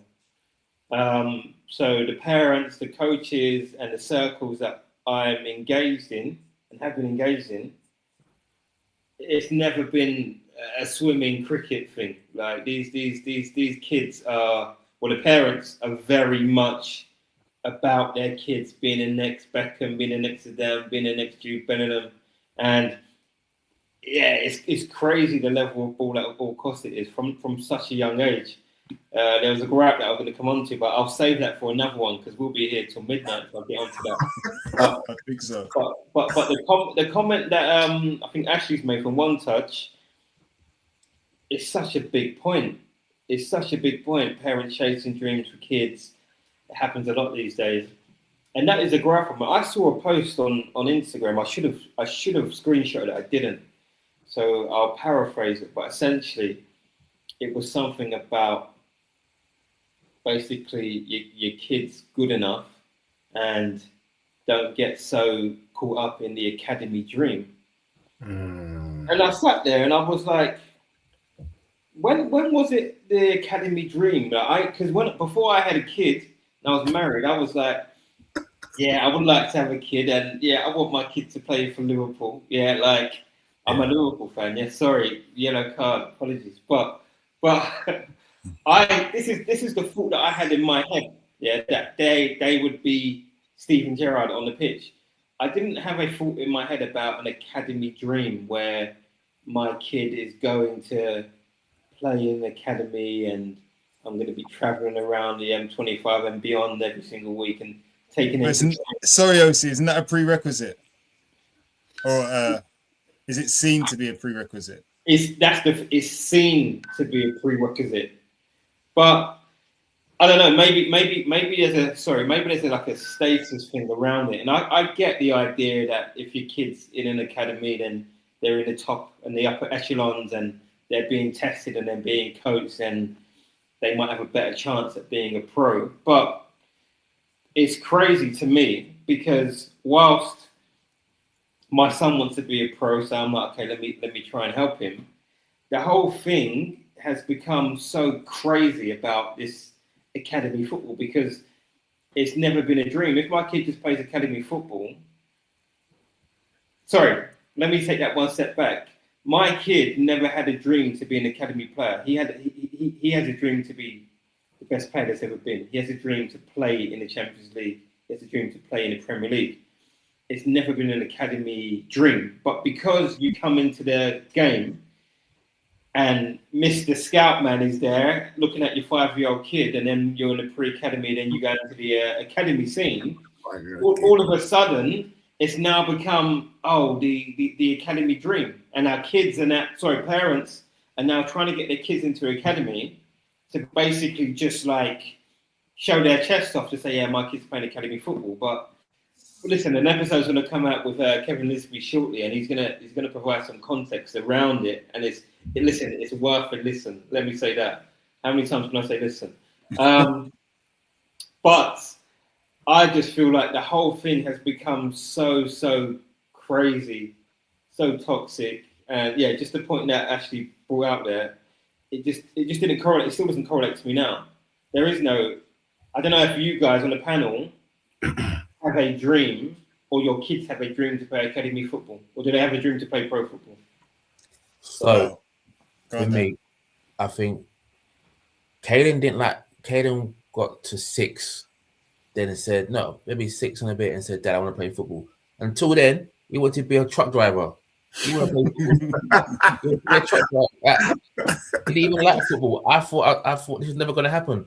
I was destined to be a HGV driver, driving things around the country. Yeah. So yeah, I think when Nathan was on the first time and we spoke about the influence of social media and where parents like get caught up in that because they see on Instagram like this boy's saying how this is happening, and it becomes a thing where you want your boy to be in that because we live in a society where Instagram rules the world, where everything's great.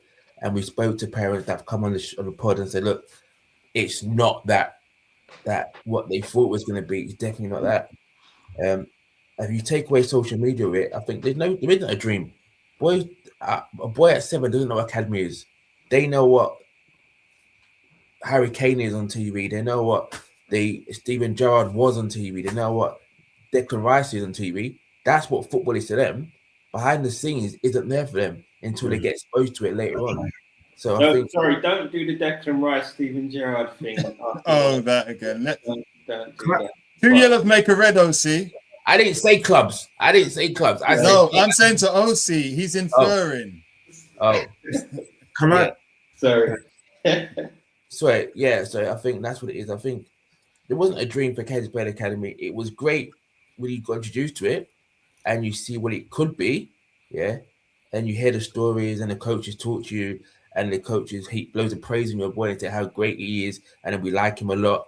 But then it's only as good until it's not good. I was just going to ask though a question because I'm just utilising the fact that Nathan's here. Maybe this will be the last question directed towards you, Nathan. Sorry to overkeep you here in this space. I don't know how I can ask this question publicly, but I'll ask it and see. Do you feel the FA might be letting us down? They talk about the investment into grassroots. By the way, I would like to see the investment into the grassroots because I ain't seen anything. There's discounts for whatever. So in terms of the FA, the structure, obviously they changed things about 10, 15 years ago. They wanted England to win a World Cup. They wanted England to start winning trophies. And so there was this heavy investment into the game. And I almost feel like from that investment, the national team has improved, but it has meant at a cost. That cost being that we have a game now that is fragmented. It's less about development. It's results driven from the grassroots all the way to the top. And we talked about a potential team winning the league and how damaging that would be if that team won the league. And I'm in full agreement with you. If that team wins the league this season, it would be one of the dustiest things I've ever seen in my life, personally. But yeah, Nate, if you could just talk on that briefly as well, and then I think that will open up to the last little bit of the convo today. But thank you for everyone that's in and with all the questions. It's been absolutely fantastic so far. I think it's similar to the same one of my gripes in terms of even like with things with parents is that the FA set rules or they're putting things into the game, I believe, without understanding how it is actually to be within the game. So the rules like the kickings and dribblings, great idea. But you ask Dan once again, like if he was playing or if his son's playing in goal and it's a kicking rule or dribbling rule, he's going to get bombarded with kids just pulling it in from the sideline. So every time the ball goes off, it's a free kick. The taking the heading out, I understand, but now you've got kids that are now doing kung fu kicks next to another kid's chin. You've then got 7-a-side football for kids that are under 11s next year. If anyone's ever coached and seen how the boys develop, just looking in our squad, looking in some of like so Andrew, like your son, imagine him playing on a small 7-a-side pitch next year. I know, it's ridiculous. So there's a lot of things that the FA could make better. I think even in regards to just a season time, like we have so many games called off. That's one thing. That's a pet peeve of mine. The amount of games that get called off because coaches and parents are running from other teams is a madness. That annoys me massively. Say that again. Oh, coaches, parents, whoever it is, they're running from teams, or running from certain. Oh, scared of I'm running away. That's a gripe for me. But then, surely we could have just changed the season. We start the season in the September, or the end of like say kind of mid-September. I understand there's the school holidays, but then like we could easily have a gap and make the season run longer. So when it goes into the December, January, most of the time the weather is absolute rubbish. Even just trying to change it and say, Joe, because the Echo League and those leagues, they could easily start running for me indoor futsal.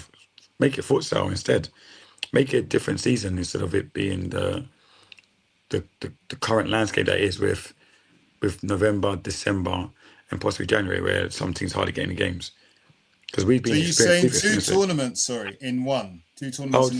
I would say just so it's similar to like when I was coaching in the US, you had like the kind of winter season, the indoor season, just because obviously in certain places like where I was in New Hampshire, that's snow.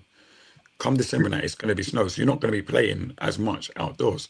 So do an indoor season, and obviously we haven't got infrastructure to make it indoor AstroTurf, but every single school has got some sort of sports hall, especially the secondary schools. Like run futsal. Like I've seen the futsal. We took part in the futsal league last year. I think it could have personally been run better in regards to referees and everything. But you could easily start doing that more. Just run indoor ones. It'll make more sense. And the boys, I think, would be technically better because they have to deal with indoor footballs where it's moving quicker. You actually teach them a different way of playing.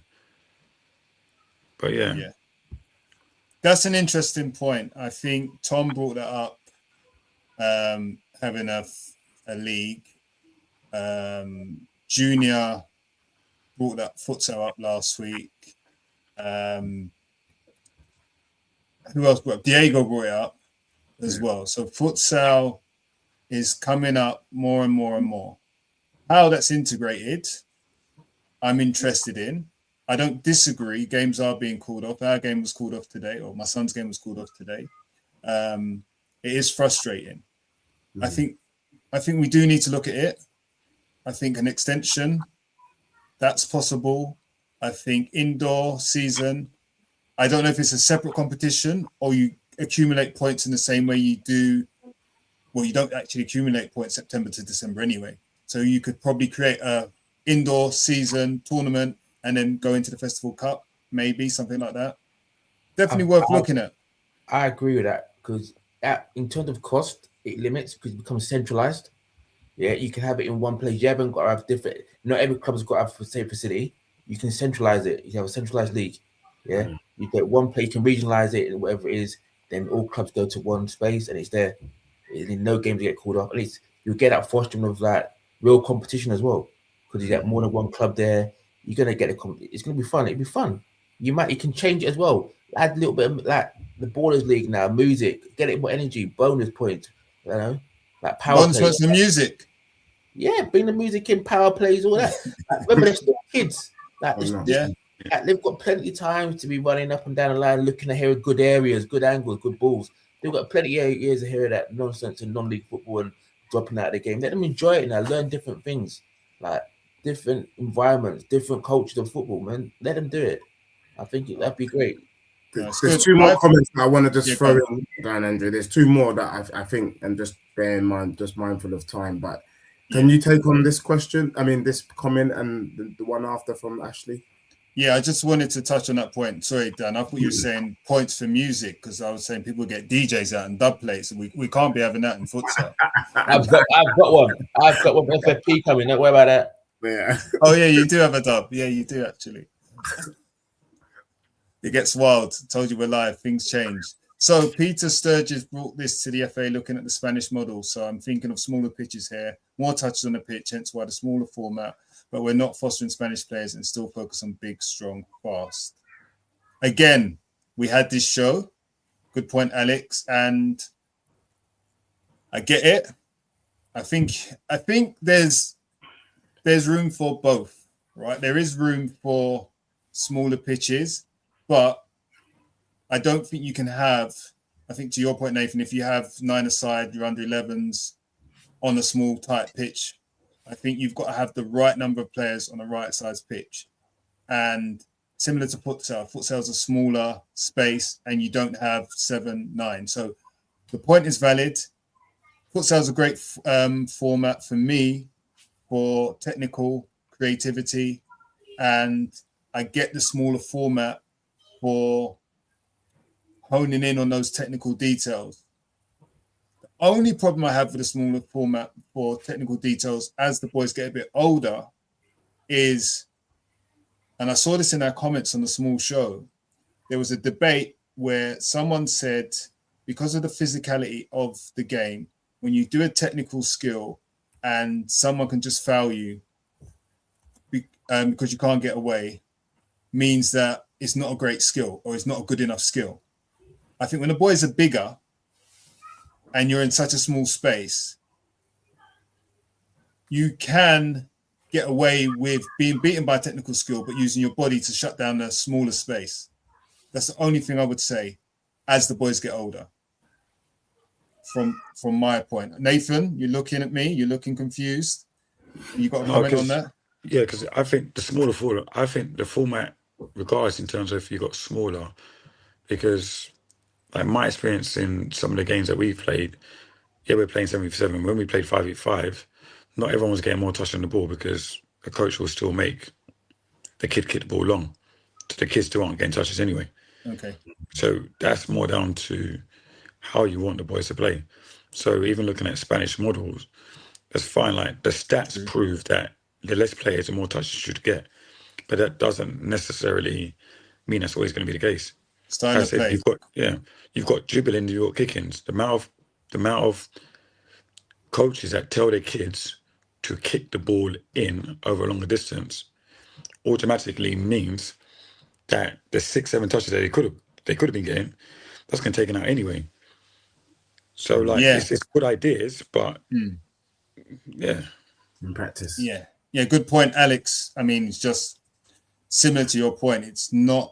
It doesn't necessarily equate to just having smaller pitches, more touches. The dominant player in a 3v3, which we're going to see next season, is just going to take the ball and dominate, right? Yeah. Regardless. I said that massively with the bigger players. 3v3 does not mean smaller players get more touches. It doesn't. And especially if if a coach wants to win and they've got a big boy there, that kid's gonna be doing everything. So it's coaching. So it goes down to how things are going to be put in place and the coaching and the parents. It's what they want. It's always down to what do adults actually want. Because it's been, for me, what the kids want most of the time, it's become more and more irrelevant with more and more kids getting into football and more of the riches. Because even of course, it's all about what parents want. Yeah, elitism. We're going to come back to that. I'm just going to pause there for a second because unless you know, Deji, Ash, you've said, what about older age groups, 13s upwards? I think that was the next question. Yeah. Do we know, I lost the thread, do we know what that comment relates to in particular? I think it relates to the same conversation about grassroots games and the FA. And so talking about maybe is there a format change for the 13s as well? I don't know. I think there's one more season. Yeah. They don't go to 11s. They stay at 9v9. And we're talking about kids with testosterone and puberty. I think it's difficult. 18, that's maths are wrong there. It's 9v9, 18, 13-year-olds on a small pitch. Not sure. Yeah, not sure. It's going to be exactly what the FA want. Yeah. 100%. Guys, we are running long for our first live. You were right, Digi. It's vibes. It is. It's good fun. And it's good questions, good conversation. Definitely, I think it's something that we're going to do. We could talk all day, so we will be wrapping up probably in the next 5 or 6 minutes. But is there any last quick ones, gripes, maybe from the comments, anyone in the chat that you want to throw at the panel? Nathan, if you don't mind, we'll keep you for 6 minutes if you're all right with that. If there's any, Nathan loves it here. Nathan loves it here. Don't worry about that. Nathan was on his show for about 2 hours anyway. He loves it here. So. For the last 6 minutes, OC, what are you saying?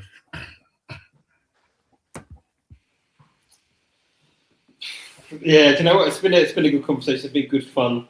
I think. There's one I want to get out, which I won't. Well, next live, let's speak about it. It might take an hour or so, but okay. I think the point that Nathan made regarding parents, coaches running is wild. It's wild. We only had two games on this weekend, and you know what? Fair enough. The weather wasn't great, but there were some fixtures out there, and games could be played. Literally sourcing Astros, but opposing managers were saying, "Oh no, we can't make that game," which was 7 minutes down the road from the home pitch. It's not like you have to travel hours away, and that was purely based on the fact that they didn't want to play that team before this Echo Cup, and they'll probably not play again next week, innit? They'll just wait for the Echo Cup to come round. So I've seen that. I'm smiling because there was a coach who I get on really well with, a bit of banter, but we never got to play them in the under-8 season, and I know. Listen, I'll call it fact. Let me say it was factual, to my knowledge. But he swerved the game because one or two players weren't around. He's gonna vote. He's gonna voice note me as soon as he hears this. Yeah. I was going to say, don't get yourself in trouble. But this is where we needed Ade, because it happens in boxing all the time. It happens all the time. Nathan touched on it. Teams will duck. Fighters don't fight certain fighters and are world champions undisputed their whole career. It happens. But Nathan, can I just ask a question? If a team counsels, do we get awarded the points, or how does that work? Because you could There's no points. There's development football. But you know what I'm saying. But in the sense of, like, let's say you have ambitions to go up a division. If you're not playing games, how do you go up? Because there's no points. Exactly. So that's a problem, right? So if you had the points to be awarded 3-0, 3-0, 3-0, at least you're getting the wins, so that you're up the table, which means you progress. Whether you deserve it or not is another story. But you should Deji, show me this table. Show me this table, Deji. Show me this table. So I'm not gonna lie to you. I never knew there was a table up until this year. I had parents give me the table last year that we were talking about the table. I was like, what kind of table is this? It's not competitive. I've been privy to this. I wasn't privy to this, and then yeah, this year I've been given a table. Like, okay. There's a committee of parents who collate, share, and calculate and share. Yeah, that's all I will say on it. It's when the kids came up to me and said they're top of the table. I was like, what? Really? Where's the table? I don't know. Yeah, no. Deji. Yep. I've heard you're part of Essex Dad Committee. Part of the what committee? Essex Dad Committee. Well, I don't mind starting one if you want. I heard you're already part of it. No, I definitely not. There's a comment that's just come in, actually, which is an interesting one, you know. All right, should we deal with this last one? Look, Alex said he wanted to touch on a bit about smaller players and players playing up a bit. But Alex, if you don't mind, because I know we will probably pick up this question on the next one, but I think we're going to definitely do a next one. But there is something about the Festival Cup groups were drawn this week. And why did you pick this one up? I'll be polite. OC picked it up. Mate, I knew where OC was going. OC, is this what you wanted to deal with or not? Yeah, listen. We're Argentina teams, isn't it? But there's one team, they came over from the C pool, South End division. They were in the C. Now they've come up to the B. And their group is just stacked with Argentinas. Everyone is Argentina other than them. I don't know how they do. I don't know how the draw takes place, but it's insane. So we've got a group of death, like all Argentina other than one, and we've only got one home game. We've only got one home game. Like all of them are away games other than one. So I don't know what that supercomputer is doing or who's playing who, but it's a bit of a mad one for me. I'm not sure if that's a supercomputer. No. So I'm going to chime in. So this happened last year. I think it was the first time it happened that I was aware of it last year. I think the previous years it was always like 2 top teams from the top division and 2 top teams from the lower division. And I don't know why they changed it. The only theory I could think of at the time was to make sure the games are all competitive and no one's getting smashed. And that was the only thing I could think of. However, then someone pointed out there are other groups that have only got 1 or 2, say, Argentina sides, and then 4 Brazil sides. So I was like, that theory's out the window. So I don't know. Echo, we're live if you want to jump on. Care to share or save it for the next pod? I don't know. If anyone knows anybody in the Echo League, let's talk about it. Yeah, I think for me, Nathan, you obviously seen the group that we're. You want to get him in trouble? No. But in terms of his initial thoughts when you saw the group, were you licking your lips? I mean, Matt, who's one of the parents at Ryan, was licking his lips. I got a message directly. He reckons Ryan are going to win the cup. You know, it's those sorts of things from seeing the group. But were any of your initial thoughts? Joe, I'll be honest with you. I don't pay any mind because last year we was in B and we got told that as soon as we got into the knockout phase, we was going to get beat by the best team that was in A, and that Who didn't told you happen. that? I had parents coming up to me that I was coaching. Oh, it's a shame you've got this team, you've got this team. So it actually doesn't matter. Like it's kids football. Like at any day, a 10-year-old might decide, yeah, I actually don't want to play today. I might just start watching planes. So yeah, like you don't know. Like for me, like I saw some mad results last year that to be fair probably did help us out, but yeah, Yeah. you have to beat whoever's in front of you. That's it. Yeah. That's it. I'm looking forward. Nathan, you got something on your shoulder. Dust that dirt off your shoulder. Yeah, there. Yeah. Well, Toyin says, and I've seen your group, Toyin. She says their group, they've got one Argentina team. I would even go as far as to say, technically, for up until about 3 weeks ago, they were the top team in Argentina, I would say, based on results, based on form. So almost in the way it's an outsider looking in would say it's unfortunate that they've been drawn or you've been drawn in such a group, because that team would be expected to steamroll that group. But then here's me just putting it out there, but that one Argentina team is expected to steamroll that group. However, we are relying on your team and the other teams in that group to stop them in their tracks, because they think they've got an easy run to the knockout stages. And Alex says 7 Hanneken Blacks, 8 9s Billericay, either 10s, either balance levels or Haybridge screenshots. I don't understand that. I don't know if that's UOC that can elaborate more. And then Tom has gone Billericay massive. Oh, yes.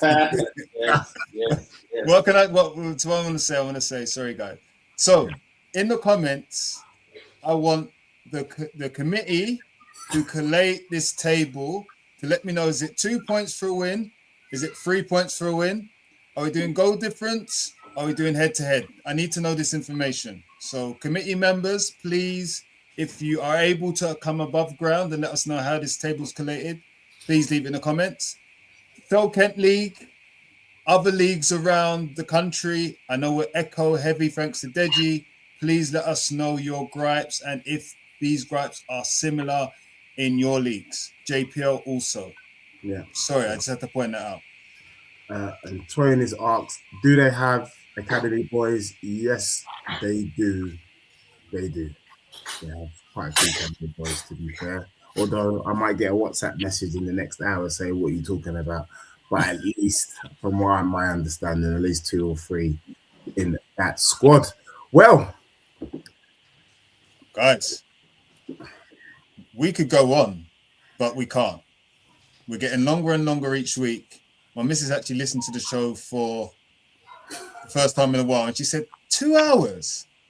I said, yeah, we got a lot to talk about. So, guys, listen, we are going to do a live again, and we'll probably do one a month. I think there's room for one a month. Get your questions in early, and or come on the chat. We've enjoyed having you here. See you next Sunday for live. Shout out to Alex, fully involved. Listen, we appreciate everybody who joined us, and we will be putting this out on as a pre-recorded as well. But thank you for joining us live. It created a different energy. It created a different situation for us going live. Being careful what we said. Good thing we didn't have Tom in there, so he didn't swear. Only joking, Tom. Thank you, Nathan, for joining us. Thank you. And like I said, guys, leave a comment. I'm sure everybody who listens to this will have their own points of view. And you don't have to agree with us. It's okay to agree, disagree, or agree to disagree. It's just a conversation. All right? Don't get into the Deji rant mode. Just have a conversation. Shout out to Van Helsing over there. Big up. I'm firing shots because you guys were firing shots. Some subtle, some not so subtle. Expect your phones to be blowing up after this, guys. But it's been great. We are Ball at all costs, so you know what to do. If you haven't already, please subscribe. next time we'll ensure that the only way you can join the conversation is if you are subscribed to the podcast. I think that's only fair. Leave a like, a notification, hit the notification, leave a comment. And if you're listening to this on the audio feed, please leave a review, give us a follow, and give a comment as well.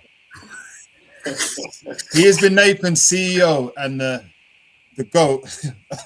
I'm seeing comments, yellow card to you. Thank you for joining us, Nathan. We have been Ball Cost, and we are out.